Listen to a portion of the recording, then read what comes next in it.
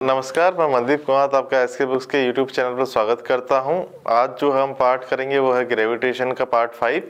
But part 5 start करने से पहले मैं आपको हमारी बुक्स के बारे में जानकारी देना चाहूँगा। यहाँ स्क्रीन पे हमने 2 बुक्स दिखाई हुई है आपको, Agniveer Vayu Indian air force science subject recruitment test और physics air force X group recruitment exam with brief explanation of fundamental principles. इन दोनों बुक्स में हमने क्वेश्चंस और थ्योरी स्पेशली एग्जाम्स के लिए डिज़ाइन किया है, तो आप इन बुक्स को रेफर कर सकते हैं। तो स्टार्ट करते हैं ग्रेविटेशन का पार्ट 5। पार्ट 5 में हम जो है क्वेश्चन से ही डील करेंगे। ये चैप्टर के थ्योरेटिकल पार्ट जो है पार्ट 4 तक हमने सारे डील कर लिए हैं। छोटा चैप्टर है, 4 पार्ट में कवर हो गया और 5वें पार्ट जो अब है इसमें हम क्वेश्चन से क्वेश्चंस लेंगे। तो यहाँ पे मैं जो इससे रिलेटेड क्वेश्चंस आते हैं वो हम देखते हैं। अब ये मिक्स क्वेश्चंस हैं, जो पहले जो पार्ट आपको कराया है उसके मिक्स क्वेश्चंस हैं। तो जैसे मैं एक क्वेश्चन कहता हूं यहाँ पे कि find the extra energy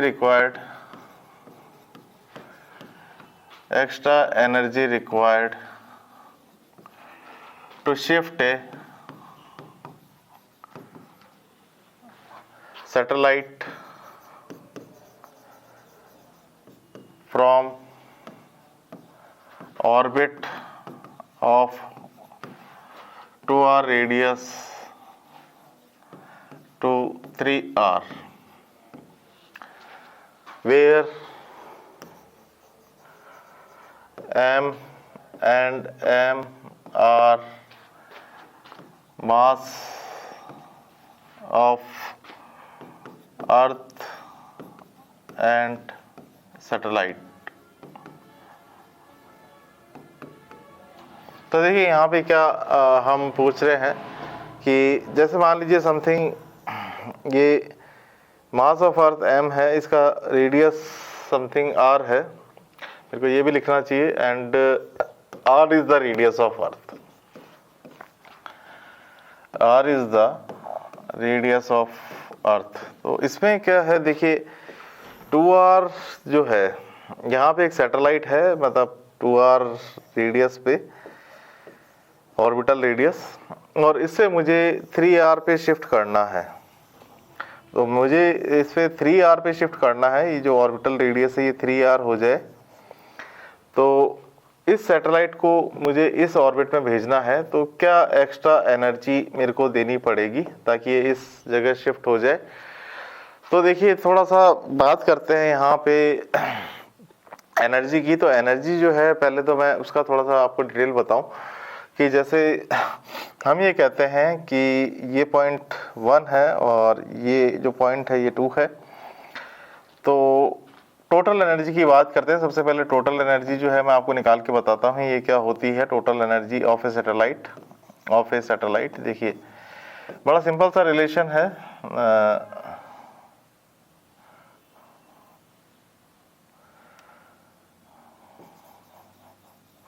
total energy of A satellite, तो रिलेशन तो बड़ा सिंपल है कि मान लीजिए मैं एक कॉमन उसके लिए निकाल के बताता हूँ कि मान लीजिए ये r है और ये m है और ये mass of the satellite m है।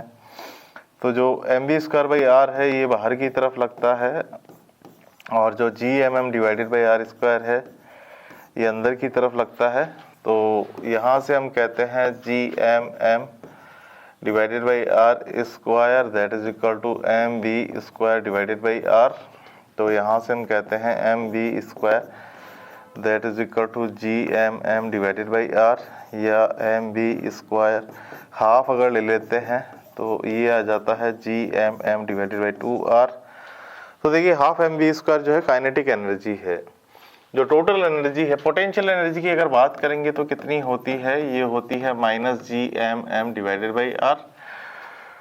और यहाँ से अगर मैं कहता हूँ Gm/r तो ये ऑर्बिटल वेलोसिटी का स्क्वायर होता है, तो ये mv² होता है माइनस का mv²। तो अगर टोटल एनर्जी की बात करेंगे तो ये होती है potential energy plus kinetic energy, और पोटेंशियल एनर्जी जो है ये है माइनस का mv², काइनेटिक एनर्जी है हाफ mv², तो ये आ जाती है माइनस का हाफ mv²। तो देखिए मतलब टोटल एनर्जी जो आ गई, अगर मैं मॉडुलस की बात करूं, मॉडुलस अगर हम सिंपल लें तो जो टोटल एनर्जी है वो यहाँ से काइनेटिक एनर्जी के बराबर आ जाती है, और पोटेंशियल एनर्जी जो है ये 2 टाइम्स ऑफ काइनेटिक एनर्जी या 2 times of total energy. Magnitude की बात कर रहे हैं हम यहाँ पे केवल, अगर मैग्नीट्यूड देखेंगे तो इस तरीके से हम यहाँ पे देखने को मिल जाएगा। तो ये कुछ रिलेशन मैंने आपको निकाल के बताए। तो मैं यहाँ पे क्या कहना चाह रहा हूँ कि जो अगर टोटल एनर्जी की अगर मैं बात करूँ तो यहाँ से अगर टोटल एनर्जी की बात की जाए तो थोड़ा सा मुझे इरेज करना पड़ेगा।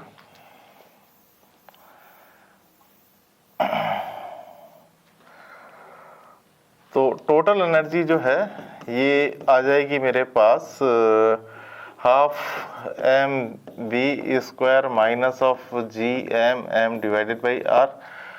तो यहाँ पे आ गई total energy, that is equal to G M M divided by 2r minus of G M M divided by R, यानी कि टोटल एनर्जी जो है ये आ जाएगी माइनस का G M M divided by 2r। तो यहाँ से हम ये कह सकते हैं कि जो ऑर्बिटल रेडियस है और ये मास ऑफ द अर्थ है, ये मास ऑफ द प्लेनेट है, ये बाकी तो सब कांस्टेंट है, आर ऑर्बिटल रेडियस है। तो ये टोटल एनर्जी का रिलेशन मैं एक बार ऊपर लिख देता हूँ ताकि हमको सॉल्व करने में आसानी हो कि हम इस क्वेश्चन को कैसे सॉल्व करेंगे।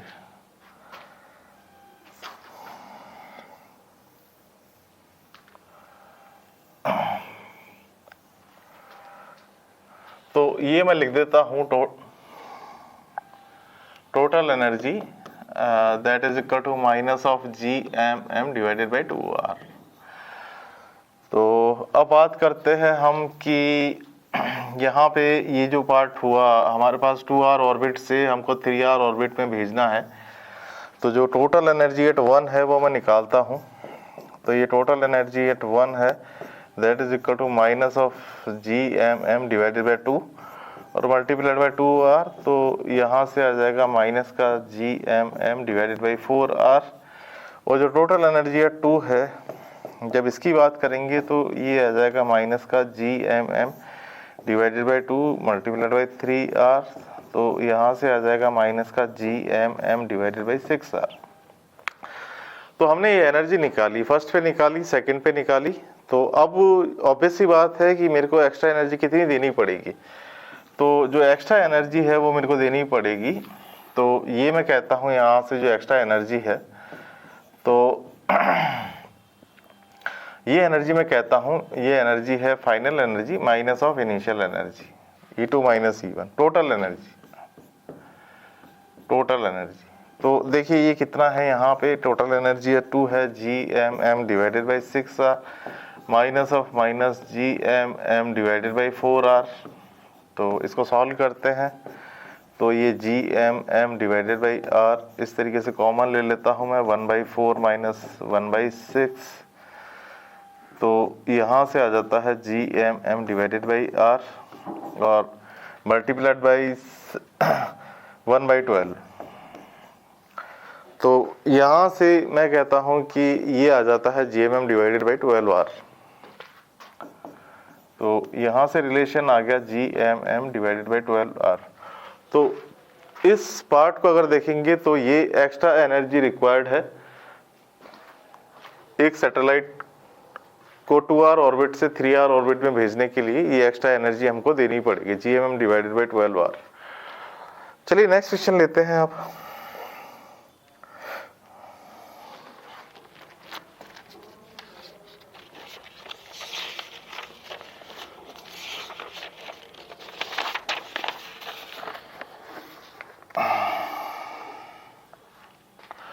अब ये नया क्वेश्चन है कि what is the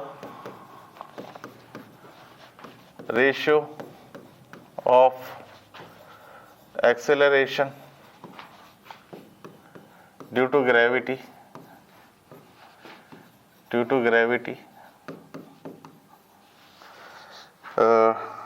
at the surface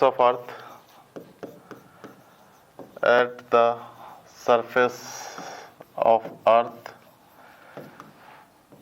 to that at planet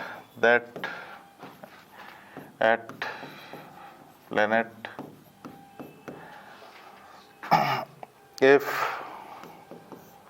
mass of planet is 4 times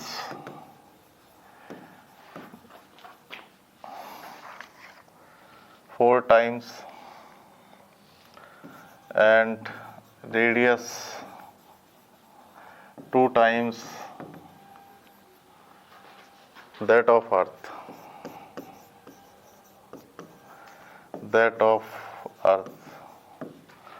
तो देखिए सॉल्यूशन इसका क्या है कि एक्सीलरेशन ड्यू टू ग्रेविटी निकालना है।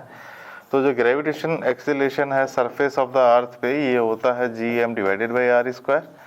और उसी तरीके से मैं लिख देता हूँ ग्रेविटेशन जो प्लेनेट पे है ये हो जाएगा g mass of the planet divided by radius of the planet, इसका होल स्क्वायर। और यहाँ पे अगर हम बात करेंगे तो ये आ जाएगा 4 टाइम्स मास ऑफ अर्थ और ये है 2 times of radius of earth, इसका होल स्क्वायर। तो वापस ये gm divided by R square आ जाएगा। तो हम ये कह सकते हैं कि जो अर्थ है और जो प्लेनेट है उसका जो एक्सीलरेशन टू ग्रेविटी है उसका रेशियो 1:1 है। तो g बाई जी पी जो है 1:1 आ जाएगा। इसी तरीके से नेक्स्ट क्वेश्चन लेते हैं अब हम। तो सिंपल सा क्वेश्चन है, वैसे ये ज़्यादा हार्ड नहीं है। इसी तरीके से मतलब ये इसी तरीके के क्वेश्चन आपके एग्जाम्स में पूछे जाएंगे। तो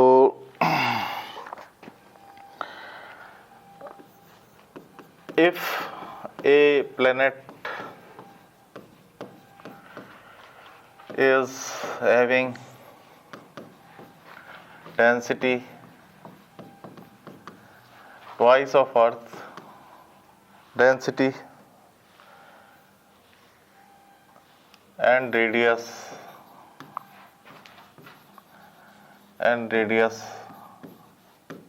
twice that of Earth, what is the ratio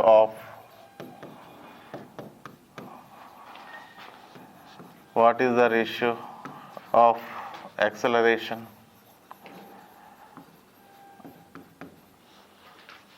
due to gravity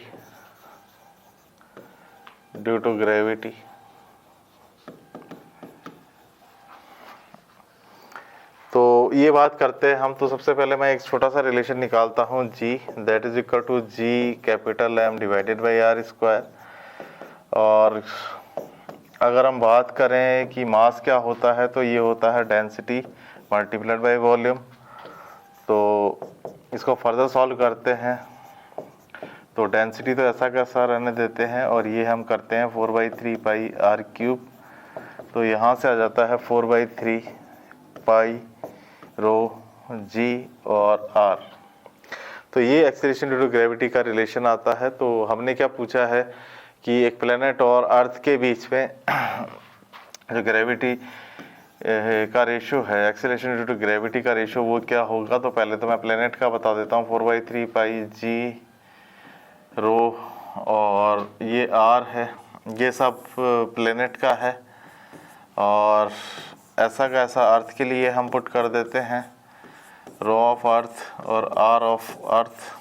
तो यहाँ से आ जाता है G P divided by G E और ये सीधा सीधा रेशियो आ जाता है rho P R P divided by rho earth और आर ऑफ अर्थ। जो रो पी है प्लेनेट का जो डेंसिटी है वो ट्वाइस है दैट ऑफ अर्थ, और जो रेडियस है दैट इज आल्सो ट्वाइस, ये भी दुगना है। और ये है rho of earth radius of earth. तो जी ऑफ प्लेनेट और जी ऑफ अर्थ का रेशियो आ जाएगा 4:1। तो देखिए यहाँ से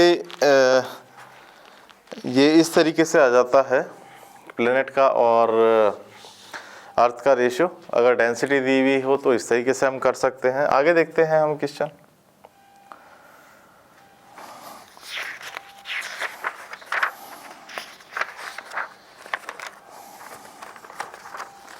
तो ये क्वेश्चन देखिए क्या कहता है। ये कहता है question acceleration acceleration due to gravity is maximum at, तो यहाँ पे ए ऑप्शन दिया हुआ है इक्वेटर, ये इक्वेटर है, और बी ऑप्शन दिया हुआ है यहाँ पे पोल्स, सी ऑप्शन यहाँ पे दिया हुआ है same at all the points, all the places, same at all the places, और डी दिया हुआ है at the centre of earth, at the centre of earth. तो देखिए क्वेश्चन सिंपल है, वैसे तो हार्ड नहीं है। मैं यहाँ पे अगर अर्थ का शेप बनाता हूँ तो देखिए शेप मैंने यही बनाई है, क्योंकि हम इसी हिसाब से कैलकुलेट करते हैं, जो भी जितने भी डेरिवेशंस वगैरह हुए थे सारे इसी तरीके से हुए थे। बट एक्चुअल जो अर्थ का जो पार्ट है वो कुछ हल्का सा इस तरीके से है, तो ये पार्ट है और ये पार्ट है, तो पोल्स यहाँ पे है और जो इक्वेटर है वो यहाँ पे है। तो एक तो क्या है कि जो इक्वेटर पे जो रेडियस है वो थोड़ी सी ज़्यादा है, और इक्वेशन ऑफ ये रेडियस ऑफ द इक्वेटर है सेंटर ऑफ अर्थ से, और ये जो पोल्स पे जो रेडियस है ये थोड़ी सी कम है। तो यहाँ से अगर बात करेंगे तो क्योंकि जी का रिलेशन हमारे पास क्या होता है, एक्सीलरेशन ड्यू टू ग्रेविटी का रिलेशन होता है G M divided by R square.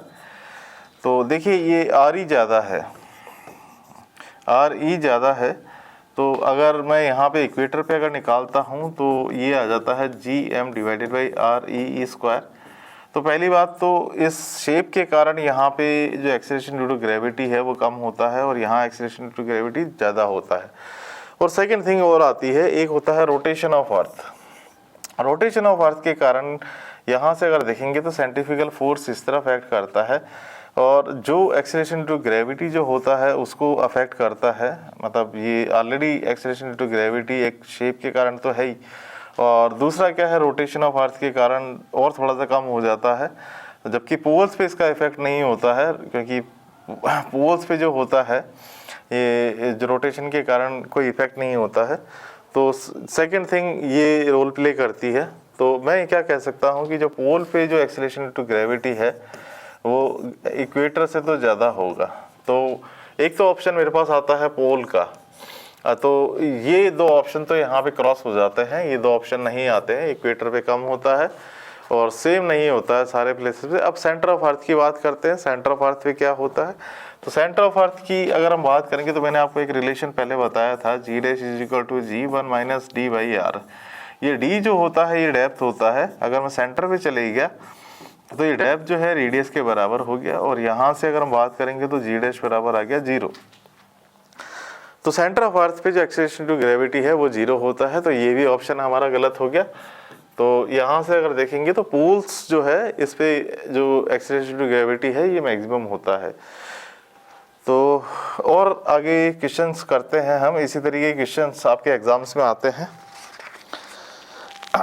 देखिए एक अच्छा क्वेश्चन है, यहाँ पे थोड़ा कंफ्यूजिंग क्वेश्चन है कि if mass of a body, mass and weight of a body are m and w respectively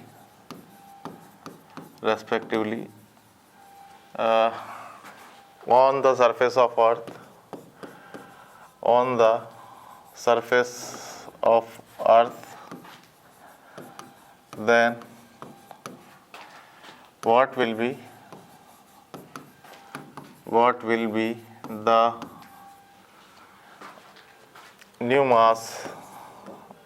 the new mass, and weight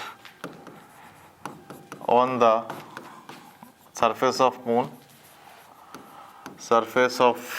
moon if at moon the acceleration due to gravity due to gravity is 1/6 times that on earth।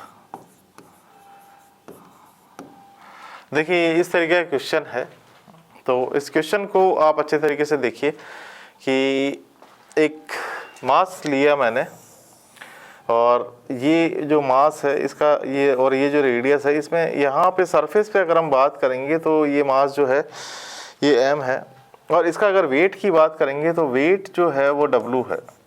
तो देखिए wait का मैं आपको relation बताता हूँ। Wait जो होता है ये होता है mg। वेट जो होता है ये होता है mass into acceleration due to gravity. तो अगर अर्थ की बात कर रहे हैं तो अर्थ पे w है, तो ये acceleration due to gravity at earth है। अब इसी को हम मून पे ले जाते हैं। मून इस तरीके से है और मून पे जो वेट होगा ये हो जाएगा m, acceleration to gravity on moon, और ये जो है ये 1/6 टाइम्स है। एक्सेलरेशन ड्यू टू ग्रेविटी जो अर्थ पे होता है उसका 1/6 टाइम्स है। तो देखिए क्या होता है कि जो वेट है ये जो है वेट तो 1/6 टाइम्स हो जाएगा जो अर्थ पे है उसके कंपैरिजन में, बट जो मास है देखिए मास फिक्स रहता है। आप किसी भी प्लेनेट पे ले जाइए, मास की जो वैल्यू है ये फिक्स रहेगी। मास एक ऐसी क्वांटिटी है जो हर एक प्लेनेट पे सेम रहता है, या यूनिवर्स में कहीं भी चले जाइए वहाँ पे सेम रहेगा मास। तो मास के साथ तो कोई इफेक्ट नहीं होगा, लेकिन वेट जो है ये 1/6 टाइम्स हो जाएगा। तो ये हमने यहाँ पे क्वेश्चंस किए अभी इसी से रिलेटेड, और एक और क्वेश्चन और देख लेते हैं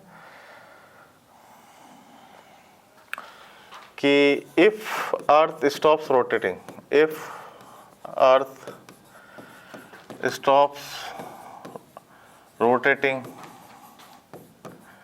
on its on axis what will be the effect on acceleration due to gravity?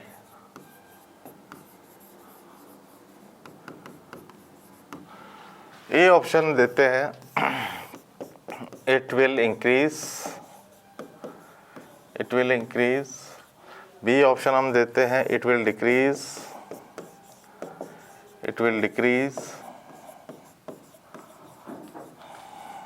C option हम देते हैं will not get affected.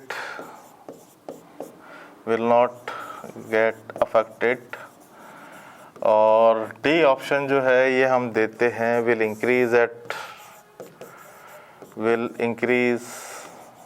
Eight poles and decrease at equator.